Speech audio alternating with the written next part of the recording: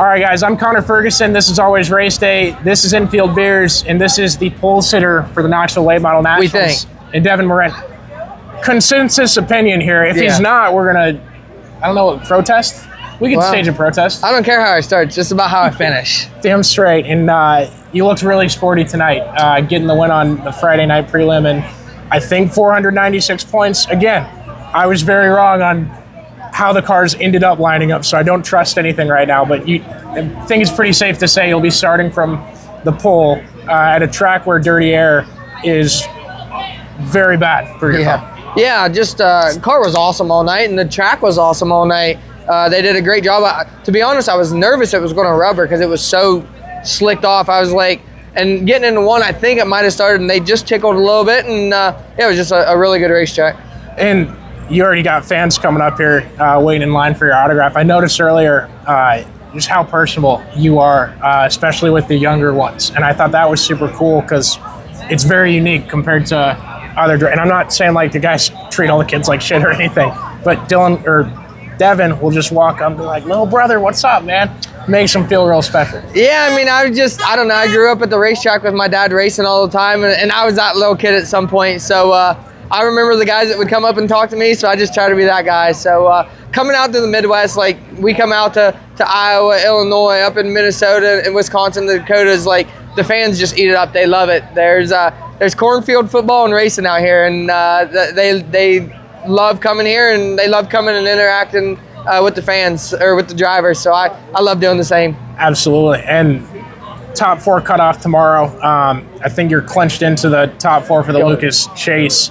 How do you like this playoff format? I think it's 7 races to go for the end of the year, and it's just you top 4 fighting amongst themselves. I think it's awesome, and they actually added a little bit more this year to where every win is 10 bonus points heading to the finals. So I really like the format, and I don't know, it just gets everybody bunched up and close. It's helped me out every year. That's why I like it. You ask Ricky Thornton, he might not like it, but it's been good for us, and it makes it exciting there at the end of the year. That 4-way battle for one race, 4-driver championship like NASCAR style like it is now. All the traditionalist late model fans out there are going to hate me saying this. I've never seen a late model race after the start of football season that's been talked about more and that I enjoyed watching more. Oh, it was awesome. That's exactly. People forget our sport is entertainment. That's literally what we're here for. The fans come for entertainment, and that race was entertaining. Everybody was talking about it. There was a lot of money on the line, and they literally had all eyes on deck for that race. I know sprint car guys, late model guys, asphalt people, everybody was watching, and it was super exciting. Ended up pretty well for you too. Yeah, it could have ended up a little better if it wasn't for the last lap, but it was good. But yeah, that was the past. Now we're looking at the future and the present and the future, and hopefully we can just get that one step closer and try to win us a championship this year. Going into this chase, how big does each race feel? It's a lot of weight on your shoulders. You know, this weekend's not so bad because we're locked in. It's, hey, the pressure's off. We're in the Final Four, but starting next week at Brownstown, it's the final 5 races: 2 at Brownstown, 2 at Pittsburgh, and then the dirt track at Eldora. 5, not even 7. Yeah, it makes it even bigger. Yeah, so it's like you can't have any DNFs, and you got to be on all cylinders and running good. So winning a night like tonight and winning last weekend is kind of getting our mojo rolling, and hopefully we can carry that right into the playoffs. And you have the perspective too that your dad was this big famous racer in the same exact sport, same exact series that you're racing in. What was that like, having that? Was there pressure growing up coming into yourself, and how have you been able to obviously overcome that because you're very fucking fast? Yeah, I mean, yes and no. There is obviously going to be pressure no matter what, whether your dad's Donnie Moran or not, or whoever it may be, because you want to win races. We're out here to win, and you just put pressure on yourself, let alone everybody else putting it on you. But having your dad as Donnie Moran, it makes it even that much more of a holy crap, I better figure it out moment. You know what I mean? Yeah. Thank you. I can't imagine how. I mean, my dad's standing behind the camera, and neither of us race cars that much. I think he raced a little bit, but I had nothing to live up to as far as the racing thing went. So winning here at Knoxville and racing here at Knoxville, being a sprint car track, what do you think of that? Actually, I'll give you a softball if you want one. Would you call it a dump?